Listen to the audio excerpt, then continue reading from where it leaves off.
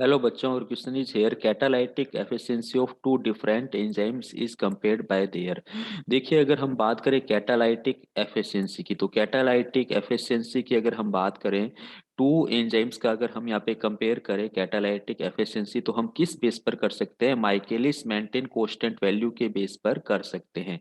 ये क्या रिप्रेजेंट करती है? ये रिप्रेजेंट करती है जब हम सबस्ट्रेट कंसंट्रेशन और जो हमारा वी मैक्स है उसके बीच में, या रेट ऑफ रिएक्शंस के बीच में जो हम ग्राफ प्लॉट करते हैं। फॉर एग्जांपल, ये हमारे पास में एक एंजाइम्स की रिएक्शन है, ये दूसरे एंजाइम्स की रिएक्शन है, तो इसका जो हमारे पास में वी मैक्स है वो ये है।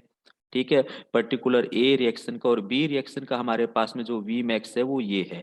तो हम यहाँ पर इनकी सबस्ट्रेट कंसंट्रेशन के बेस पर कह सकते हैं कि इसका, फॉर एग्जांपल बी की अगर हम बात करें, तो बी के लिए हमारे पास में वी मैक्स हाफ वैल्यू कहाँ मिलती है? इस कंसंट्रेशन पर मिलती है बी के लिए। वहीं हम अगर बात करें जो हमारे पास में रिएक्शन ए है, इसकी अगर हम बात करें, वी मैक्स हमें हाफ कब मिलती है? यहाँ मिलती है। तो हम यहाँ पर कह सकते हैं ए के लिए ये हमारा वी मैक्स हाफ वैल्यू है। तो हम किसी भी दो एंजाइमेटिक रिएक्शंस को उसकी वी मैक्स हाफ किस सबस्ट्रेट कंसंट्रेशन पर रहती है, तो ये जो सबस्ट्रेट कंसंट्रेशन है ना, यही वास्तव में हमारे पास में क्या है? माइकेलिस मेंटेन कांस्टेंट है। इसके बेस पर हम टू एंजाइमेटिक रिएक्शंस को डिटरमाइन कर सकते हैं। जो हमारा क्या है? के एम वैल्यू है माइकेलिस मेंटेन कांस्टेंट। मोलिकुलर साइज के बेस पर हम नहीं कर सकते हैं, प्रोडक्ट के बेस पर नहीं कर सकते। प्रोडक्ट फॉर्मेशन कैसा है हमारे पास?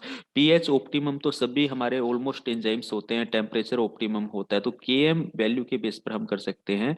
ऑप्शन सी हमारा यहाँ पर क्या है? बिल्कुल करेक्ट आंसर है। Thank you.